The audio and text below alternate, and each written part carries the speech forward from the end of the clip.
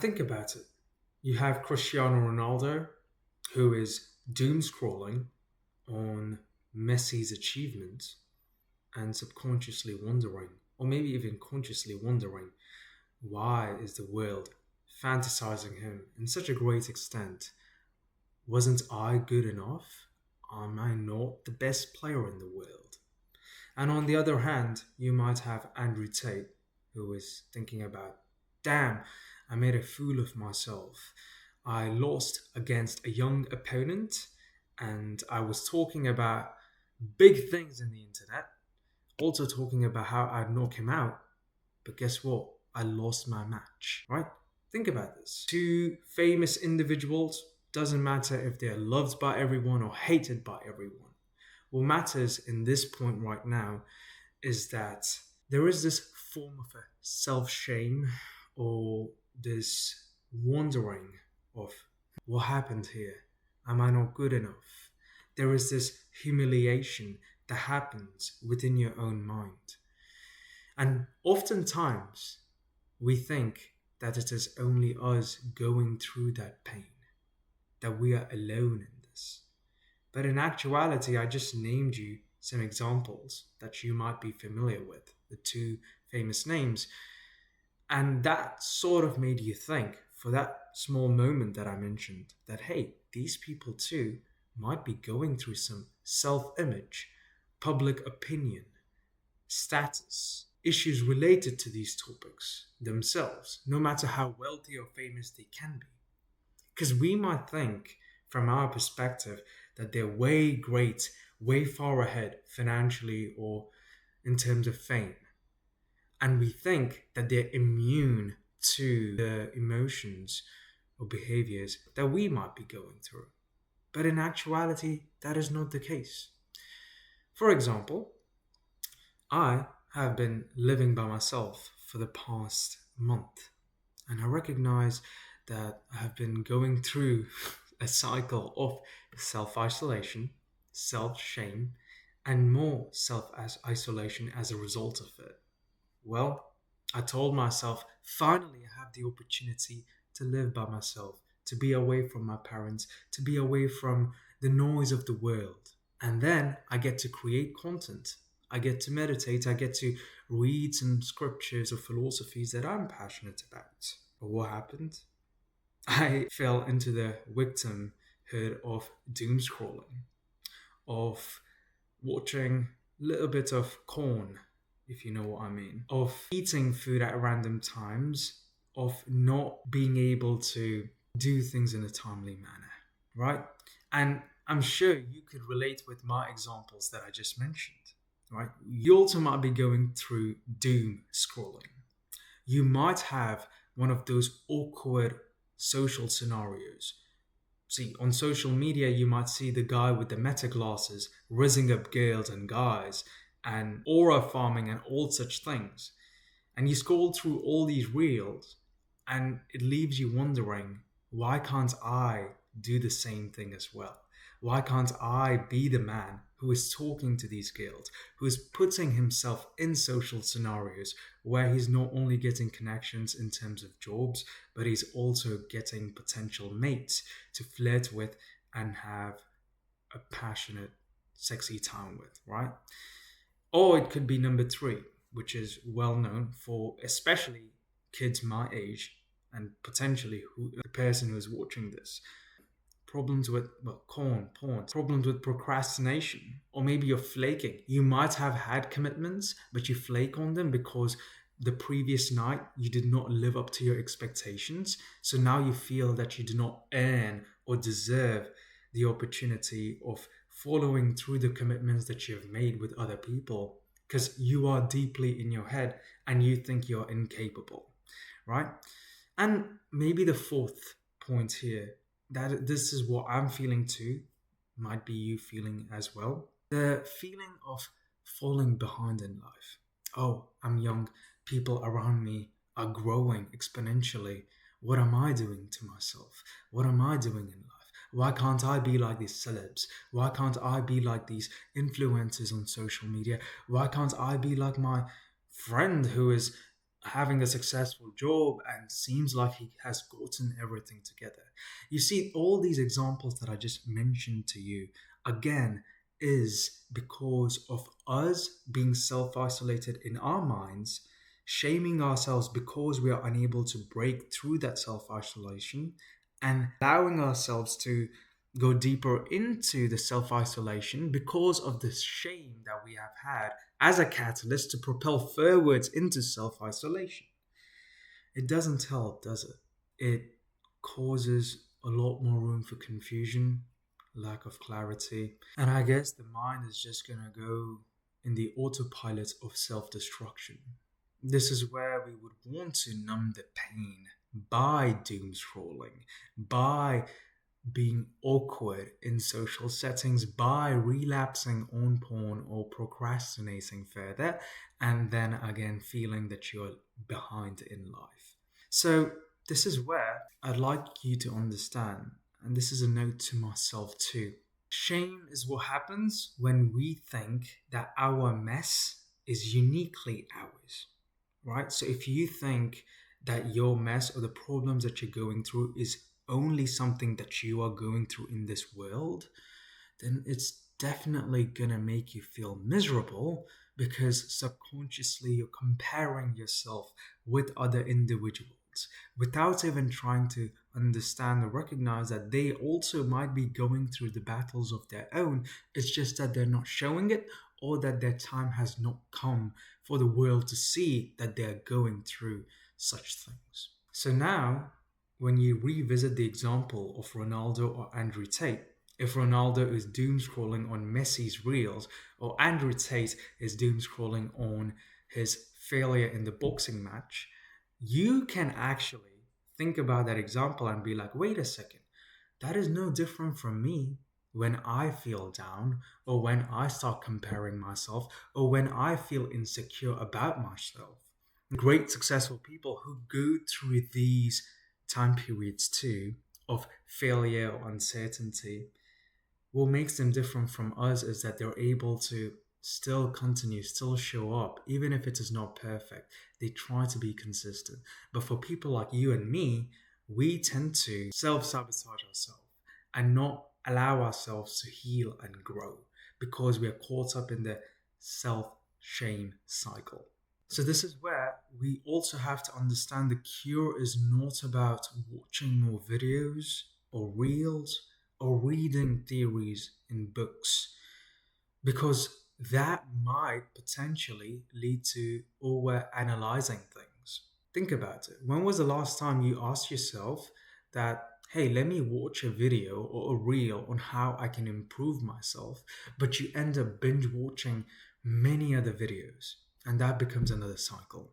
And then you can't break it, and you keep forming another cycle till you end up busting one out and going to sleep crying that you are not capable of breaking the cycle. And that's again self shame, isolation. The cycle continues one more time. So, this is where I'd like you to fully deconstruct the idea or uncondition your mind from thinking that the celebs, the great personalities, the hot neighbor, or your amazingly well coworker who seems to be charismatic, all these people and examples, they don't have everything together. They don't have all of their shit together. They also are going through some insecurities and uncertainties. So don't think that because they seem to be great, you aren't able to achieve that because you have something that is lacking within you. It's most likely the case that both you and the great celebrity are lacking something. May not be the same, but they are definitely lacking something. Does this mean that we will demonize the celebs? Does this mean that we will victimize ourselves? No. This is a point of humility to understand that they are human and you are human as well. There is no difference between the two except for the set experience that you go through, which we call the human experience. No matter who you are in this world, you are going through your set karmas, you are going through your set obligations and responsibilities, and that will differ from person to person. But the pain, the suffering, the hard work, the goal oriented mindset will always be universal because that's what you see on social media or in this video too. We communicate ideas and we feel that it is universal idea wise, but when it comes to suffering, we fail to understand that even that is also universal. That is not only subjective to you or to me, it's for all of us in this world. Here's where I'd like to bring another example. There is this man called I Show Speed. Why do people love him?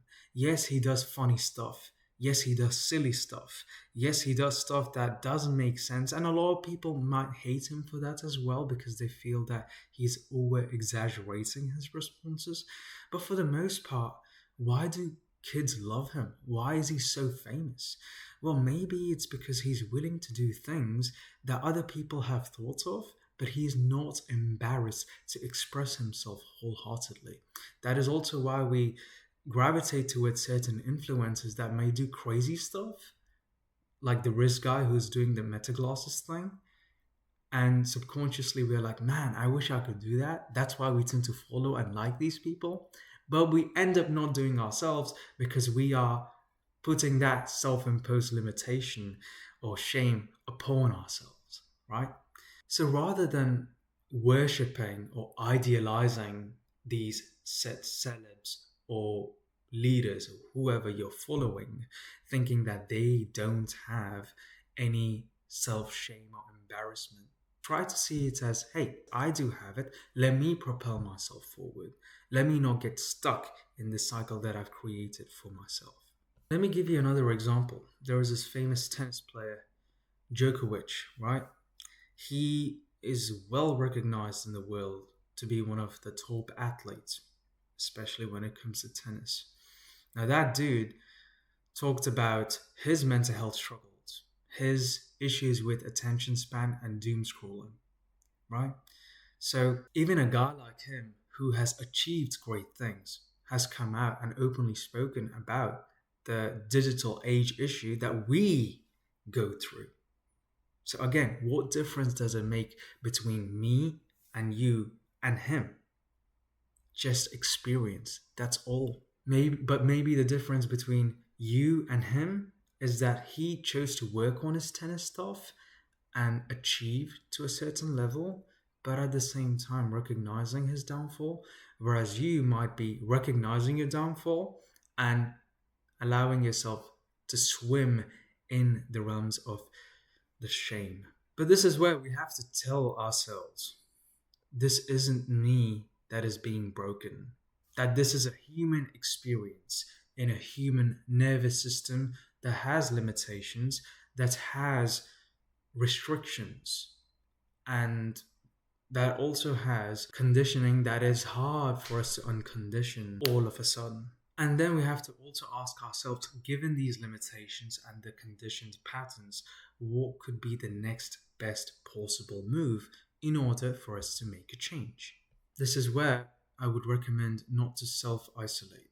I have been living by myself for the past month, and I recognize that there were about 4 days that I did not step out of the house and I was consuming social media content only, even if it was in the name of spirituality or philosophy. And that messed up my mind. So don't make the mistake of self isolating yourself, withdrawing yourself from social interactions or talking to people. They may not share your interests. That's okay. At least try connecting with people. Try putting yourself out there.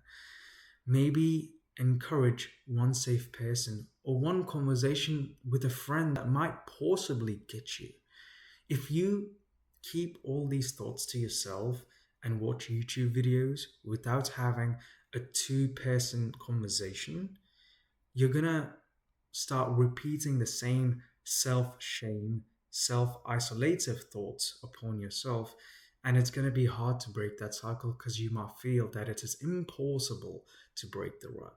That's why it is important for you to connect with a friend or connect with a social setting that will allow you to break free from that thought space. You get me? So maybe tell your friend that you've been procrastinating. Maybe tell someone that you've been struggling with attention. Maybe say it out loud once and see the shame within yourself screaming at you, don't say this. Don't tell them that I'm going through this suffering, this uncertainty, through this addiction. I want to portray myself as the alpha or the greatest man to be ever lived. So I am going to sit in this self shame and self isolation. No, you don't want to do that. Be vulnerable. Put yourself out there. Be honest with yourself. Connect with the individuals that you know that are there to care for you. And if you feel like you don't have friends, think about why you don't have friends and think about the cycle that you've put yourself in that has prevented you from having friends, from having opportunities. So, next time when you mess up with yourself, don't go on binge watching the red pill community or the alpha males and thinking that you're a worthless piece of shit. Don't do that. Try not to go on war with yourself. Try to catch yourself and explain yourself like how you explain to a little kid that, hey, we're not supposed to do this because it is not helping us, it is not healing us. There are other things that we can do which will make it better and more meaningful. Try to implement that style of a dialogue, and at the same time, while you're making mistakes, allow yourself to be open to opportunities and resources. Don't think that you have to be open to opportunities and resources only after you have accomplished a goal. A lot of young men, including myself, end up doing that mistake. We think that we will achieve victory or a goal and then move on to the next one in order to allow ourselves to enjoy or pleasurize or have ourselves a new experience. That's not the case. I think both of them can be done at the same time. You can be working on a goal or a project, and at the same time, you can allow yourself to go on a walk outside, have a sip of nice coffee, and balance it out. Otherwise, again, you're going to go back into the cycle of self shame and it continues. So, if this video helped you, if you're in the cycle of self shame and isolation, feel free to drop a comment and share your story so that it's relatable with other people. And if you want to have more videos like this pertaining towards psychology, spirituality, real life scenarios, things like that, please feel free to subscribe for this channel.